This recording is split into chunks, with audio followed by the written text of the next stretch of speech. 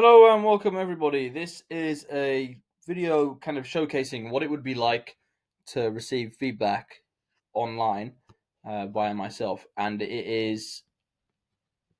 I'm using people that I don't coach. So I've been volunteered some training videos from various people, and I don't coach any of them, right?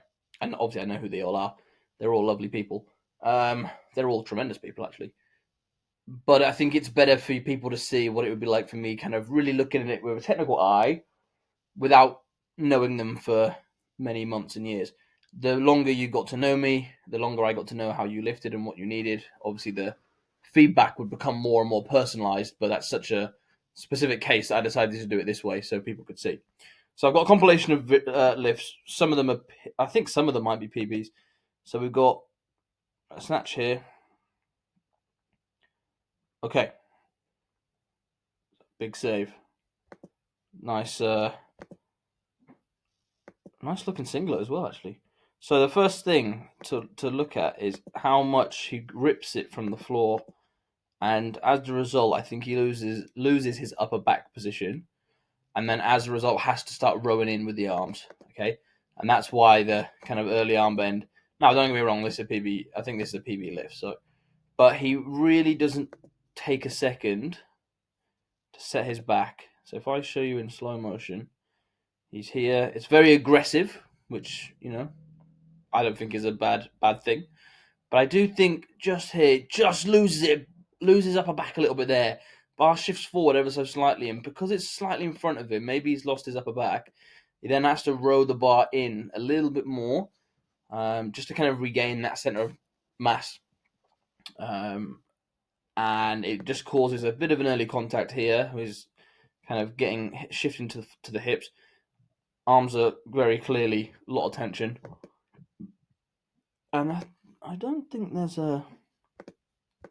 Oh, so yeah, it just rows in there, and then there's a. It just crashes on him a little bit, and then he rushes to stand up, and that's why I think he has to save it. It actually seems like he does a reasonable job of keeping it in close after the contact anyway. But this is definitely something I would work on with him. Is just that initial lift off the ground. It means that when he extends, if he was in a better position to start with, he'd be able to extend a bit more with his legs rather than throwing his hips into the bar here and having to, lean back loads, bar swings around a little bit. And it might just mean that when it lands, it doesn't kind of counterbalance forward and he has to rush it. So that'd be the first thing I worked on with him, would be kind of strengthening that mid back and the upper back in the first pull especially. And then learning that kind of patience when you get past the knee, just not to pull in and rush the extension, just to keep pushing with the legs and standing up for a little bit longer.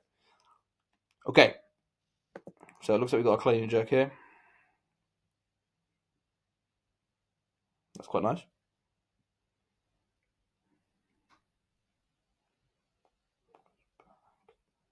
Okay, so let me just see if it's it's a double jerk. Okay, I'll watch the full video and then yeah.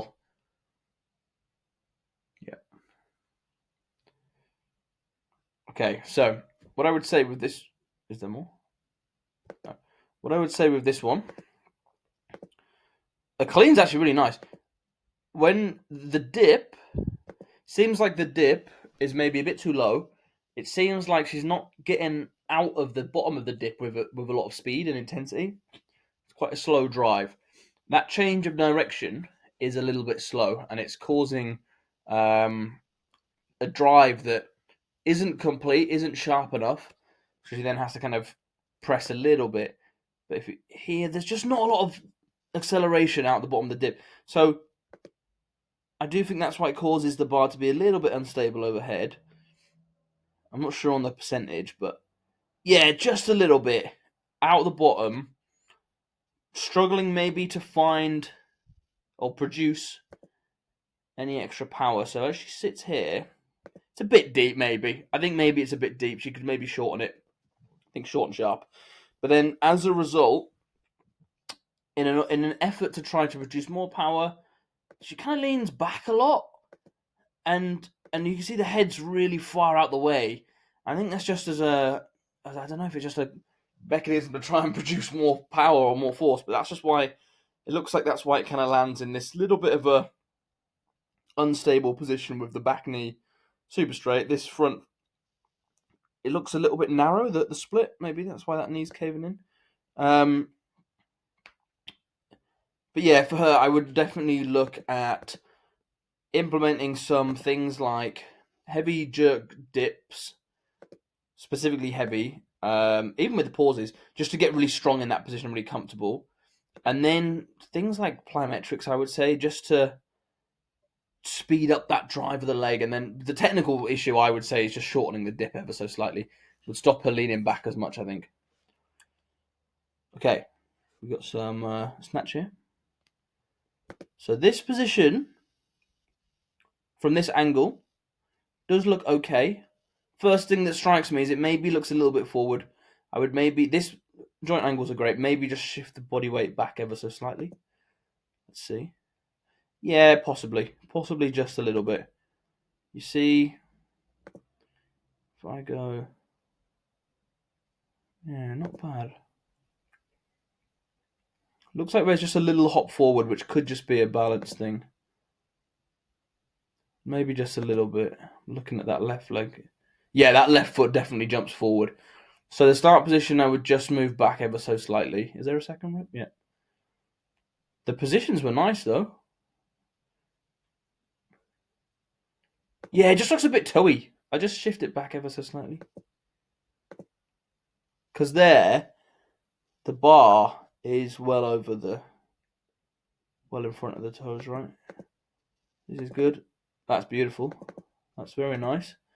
That just might be causing that, like, to drag back a little bit. That's actually really nice. I would say just shift back a little bit in the start position. I don't think that's a strength thing. I think that's just an awareness thing. So maybe like a body awareness thing. So maybe things like low hang / top down with a pause in the low hang, where you can just really focus on.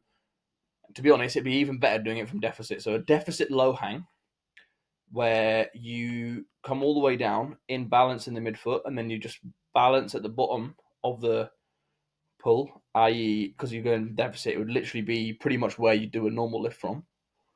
Or pauses from the floor, stuff like that. I find them really useful, Wobby Complex, just to find balance in the foot.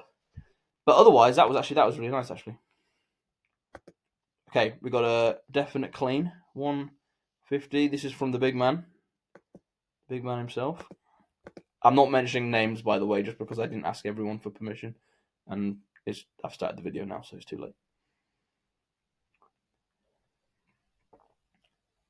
Easy. So let's do clean first. Let's have a look. If I just go here, there. Yeah. It's good. Good back position there. Balance on the foot is quite nice. Now, where the barbell is over the foot is quite important. It's not always a super case where it has to be straight over the midfoot. Obviously, different people's proportions and pulling styles will make a big difference in that. But compared to the previous example where it looked like angles are different, so it's a bit tough to say, but where it looked like the barb was like well in front of the lady's toes, this one looks a little bit more balanced over the straps of the ROMs. The ROM 2s are quite a good shoe to have for that reason, any shoe with the strap over. But then, what I think is maybe just a little bit early on the extension and slightly incomplete on the extension, but take me a few watches. What I'm doing here is I haven't pre-watched any of these videos. I know who everyone is, and I know what their style of lifting is and whatnot, but I haven't actually pre-watched. So it is quite a useful thing for me to do as well. Okay, so what we're going to look for here. So I think slightly early extension and maybe slightly low on the contact. Could be because he does rip it off the floor, a little bit like the first example we saw. But I actually think he kind of keeps a good position. So I'm not too stressed about that. Like, I think that just is what it is. That's like a stylistic thing, maybe.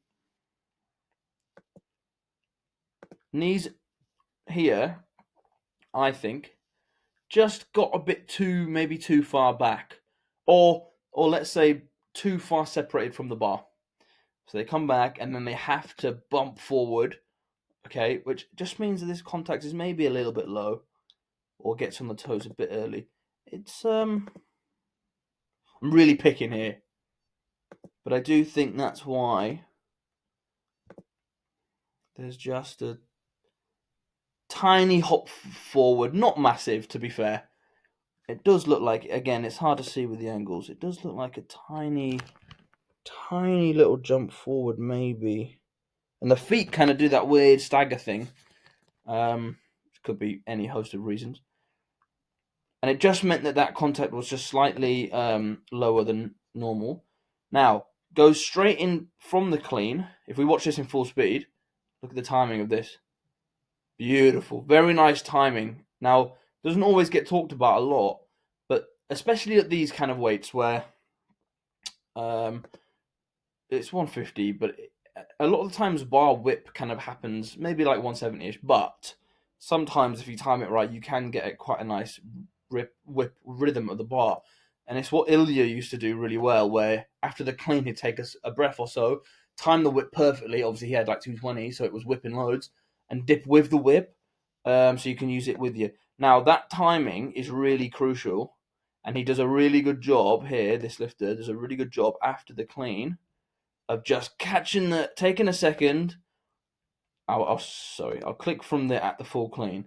He goes down, catches, gets a breath, straight into the jerk, and it's something that I prefer. It means you don't have to wait around too long in the front rack. This is a funny position, isn't it?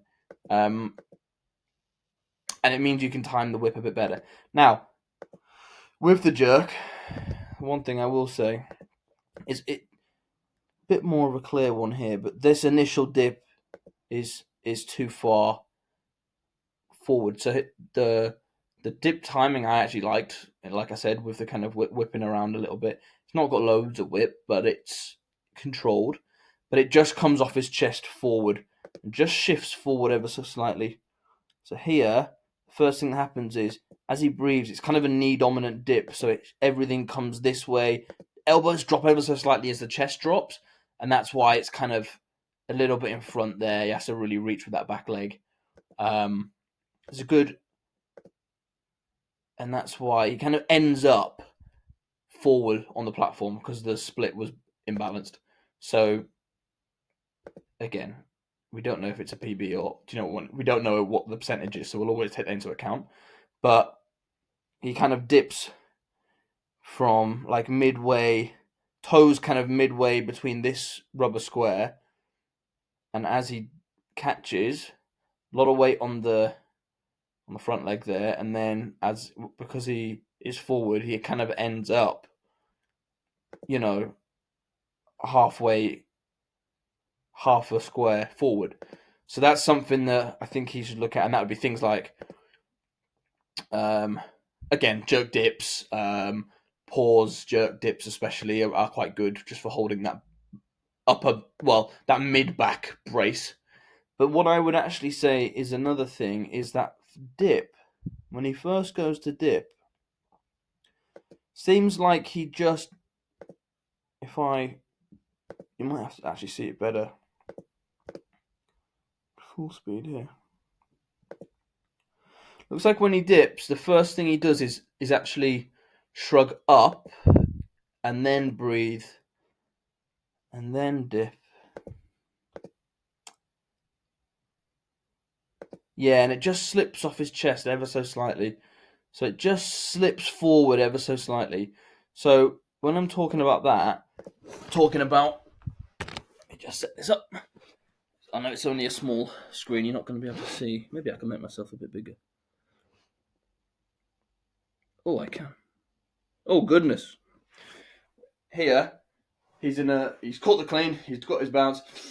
He goes like this, breathes well, which is nice, but I think maybe the shoulders were still a bit elevated, shrugged up, so that the front rack is a little bit, there's not as much connection. If it was down, tight into the neck, it'd be really connected to the body. and that might just cause him to kind of slip forward off the shoulders and then drift forward. Again, picking loads. We don't. The one thing with all these lifts is we don't know the context behind the lift, so we don't know the weight. We don't know. Maybe some of these are like last reps of a massive session. We don't know, but that's what I would say for that one. Okay, 94. Thought it belonged on snatch progress highlights.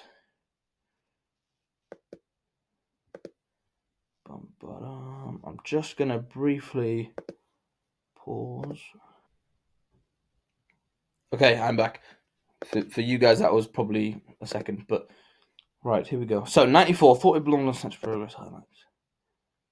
Oh, nice, very nice. And then we've also got a 97, and I would say for bit presser, yeah. So I would say for this man, we watch the 94 first. 1 minute 27, 1 minute 22. Yeah, that first lift off again just looks a little bit rushed, maybe losing position. Got it on slow speed, but here we go. Yeah, definite chest drop, which just means he's a little bit forward, and he just does that little hop forward. So this is another one where it's thing off the floor happens, causes something later on in the chain. It looks like the first movement that happens off the floor is just a tiny hip rise early, chest dropping ever so slightly. So he's just slightly pulled forward, and then he has to compensate by shifting the hips forward early to catch the bar, and the bar just swings around. It's a small thing, but at a bigger weight, this it could be a big thing that really catches you out. I believe it'll be the same on the next one, on the 97. Looks very happy, so let's assume on the context that this is a very close to PB lift. Same thing there, what is that? It's interesting because I actually do that as well. That kind of... It looks like the shoulders roll forward a lot. I don't think they do from experience.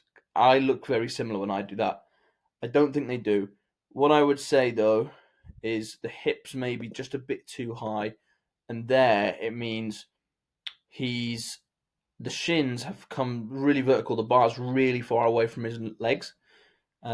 He's actually maintained his torso angle a little bit better, but because of the high hips, and then as a result, the bar's far away again. He said he has to bring his hips into the bar. He's slightly early on the toes. I would say that's not too bad, to be fair. That's really picky. Tall extension, and then jumps under. So the dive under, the catch under. Bastard, sorry. Clicking back too far. That little jump forward could be a result of that imbalance in the pull where he's shifted back to his heels and then has to shift forward to his toes.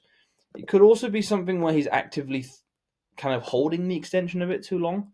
So he's kind of holding here and then sitting under rather than just thinking pop, pop, jump and sit from the full foot. Otherwise, it does actually look all right, to be honest. But I would say if I was to coach this man, I would be trying to work on that first lift off, trying to keep more weight in the quads. So in that earlier, if you see when the bar's kind of at the knee, I would try to work on keeping the bar a little bit knees forward. Keeping the body a bit more knees forward. Just a little bit. I'm not talking loads. Just to keep it a bit more in the quads. The posterior chain really activated here, which is fine, but just getting the knees under a little bit more. That's all. Great fight. Good stand up. Happy days. Right, what we got here? So similar thing. Yeah, similar thing there. So that's just the clip. Oh. Okay, we'll get to this young man soon. Let me just okay. First lift off the floor. Chest drops. I would say the start position is actually pretty nice. Hips maybe could be a bit back, maybe just shifting back ever slightly, but the crease of the armpit is relatively above the bar, so That is pretty good. But that first lift off, look what happens. The chest drops. Again, he's got into this vertical shin position, which I think is just a bit too over. He's a bit too over the bar, that he then has to kind of swing the knees forward there and make that really early contact just to regain balance. And then he's kind of got this incomplete extension as a result. Now, I don't think that all three joints, ankle, knee, and hip, need to be fully extended and overextended. But here we can see the clear way behind the bar, but because the hips aren't extended and the knees aren't as extended as they could be. So that's just going to make him shift forward a little bit. So another one where the balance is kind of key. Again, I'd be prescribing pause lifts, will be complex, top downs, even slow pulls. Big ones there. But that was the timing of the lift was nice. The timing of the lift was really nice. Right, so we got clean here. So the only person brave enough to send me a miss. Respect that, actually. Okay, what we got? So, okay, the weight looks okay. That he's getting a lot of height on the bar. It looks like it's light enough that he could have made it. Big reason that he misses is the chest obviously drops there, and then he has to dump it forward. Let me just go back to the start position. So here, the big thing is the elbow bend. I think it's a bit too exaggerated. Back position stays relatively okay, I think. Let me watch in slow-mo. Here, yeah, the chest stays up well. The hips don't move too early, but this is a bit concerning with the tightness in the arms, and a lot of that is sometimes it's strength in the traps, and sometimes it's strength in the mid-back, where as a result of kind of not either being strong enough or being able to activate those muscles, you kind of have to rely on the arms to pull. And I don't believe that if the arms look slightly bent, it means that it's an issue. I don't believe in that. But this one seems a bit excessive, especially off the floor. Sometimes when people get past the knee and they pull a little bit, it's not the end of the world. But I do think... Oh, sorry. Now, as a result, gets a little bit behind the bar there, and it's definitely rowing the bar in. So there's not a lot of freedom in the bar. As a result, I think there's a bit too much tension in the arms, which actually means that the spin of the elbows is a bit slow and low. Looks like he's caught the bar, elbows really low, they're quite close to the knee. Look at how close they are to the knees there. And there's no reason why, because this is a good mobility position, there's no reason why the elbows can't be slightly higher. I would maybe think about narrowing the grip by a finger width, maybe, just to get the elbows up a bit more, create more of a secure front rack. But I think that's why it catches him there, the elbows are down, his hips then shift back, and then obviously he's just too far behind the bar and he just can't save it. And that's more just because he's out of position. If I was to, let me just double check the start position, because what I would say potentially is if he was to go narrower, like I said, with the fingers, obviously things would be in the way, knees would be in the way. To get kind of out of that, you need to think about lifting the chest up slightly while keeping the hips in the same position, just to lengthen the arms out. The other thing would be to actually take the slack out of the bar a bit more, so that you can create some artificial length. You can create some length in the... Yeah, because the bar does shift forward ever so slightly. There, it's hard to see because of the way it's cropped. But if he was to take a tiny bit more slack out... Yeah, he's already kind of started the lift. It's hard to see.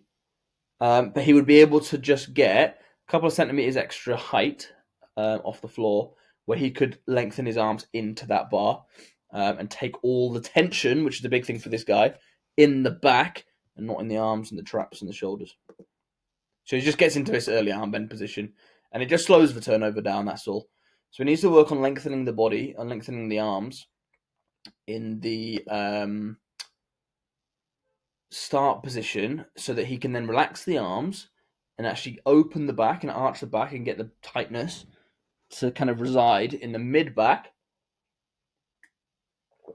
and the lower back, as well as kind of not necessarily pulling the shoulder blades back loads, but keeping that nice arch through the thoracic into the upper back, which will then again create more height. If you see here, for example, I'll talk about that'll be confusing. I'll go back to the lift we're actually talking about. Let's just say this was his start position. It's just a bit off. Sorry, there we go. Okay, so if he was just a little bit more arched here, this shoulder blade this position would be slightly higher up and just allow the arms to create a little bit more length. At the moment, he's kind of crouched over and he's still kind of hunched over. Yeah. So, last person, I believe. Okay, let's have a look.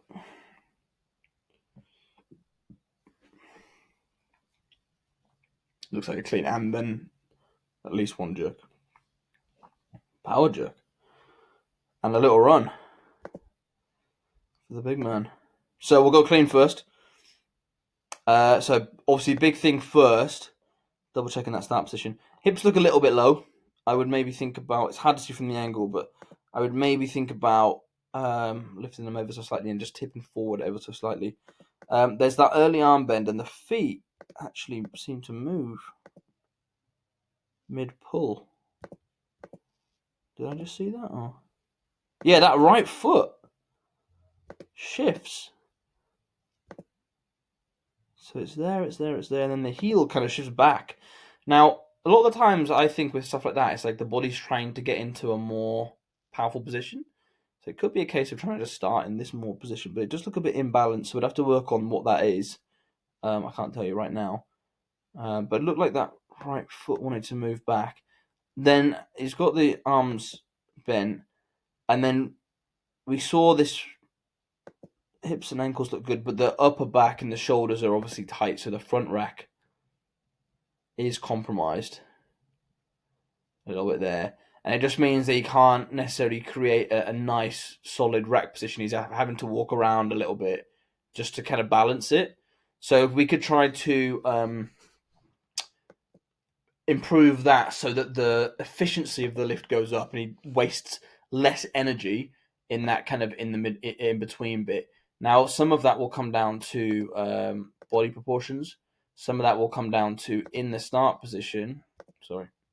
Being a little bit more extended again. So it might actually be kind of thoracic mobility and getting the body way more arched there, so you can lengthen out the arms, not being as hunched over. I think if he lifts the hips slightly, it would be nicer, and it'd create a bit more length. But we've definitely got an early arm bend going on. And that might just be, like I said earlier, he shifts back into the heels, just creating some balance. So similar to a few other people we've said, trying not to shift all the way back into the heels, keeping the knees slightly further forward, keep it in the quads. And then if we go jerk, so he does this little walk around. Again, we don't know the context. It could be 95+%. Let's have a look at the jerk, the power jerk. So I won't talk any more about the front rack because we know that's an area of concern. This looks imbalanced. So there's something going on with this leg, because that leg looks like it wants to get behind the other leg, even in the pull. And then also this front rack, this dip position. So we'd have to work on what kind of figuring out what that is. It could be anything. I don't know the injury history / so that could be something that is just never going to change. We don't know. But if it isn't, then that's something to work on. And then the drive is actually quite good, but then just that left foot moves again.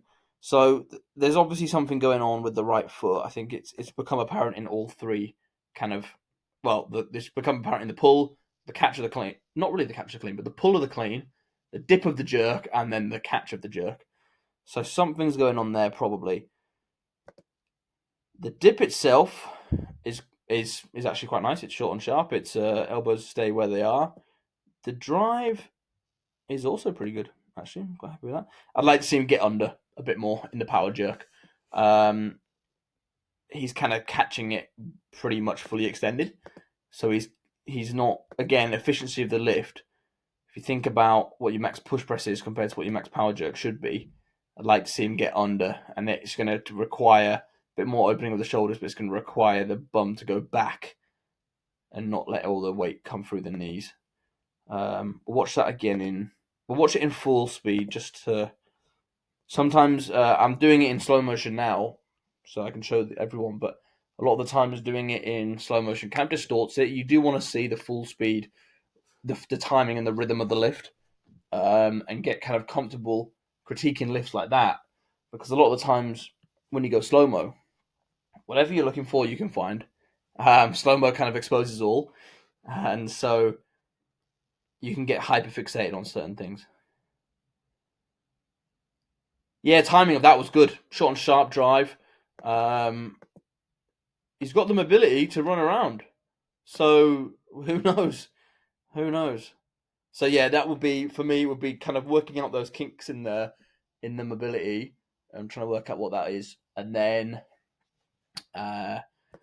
and then trying to find that balance in the pull, so you're not shifting the back leg back, the right leg back, similar with the dip, and then getting that more stable front rack position. But the timing was good. The timing was nice. I was pretty happy with that. So that's it. Hopefully that was useful. It was a long video actually. Obviously, if anyone has any questions, please message me. But that was very useful for me as well. So I appreciate that. And like I said, if you've got any questions at all,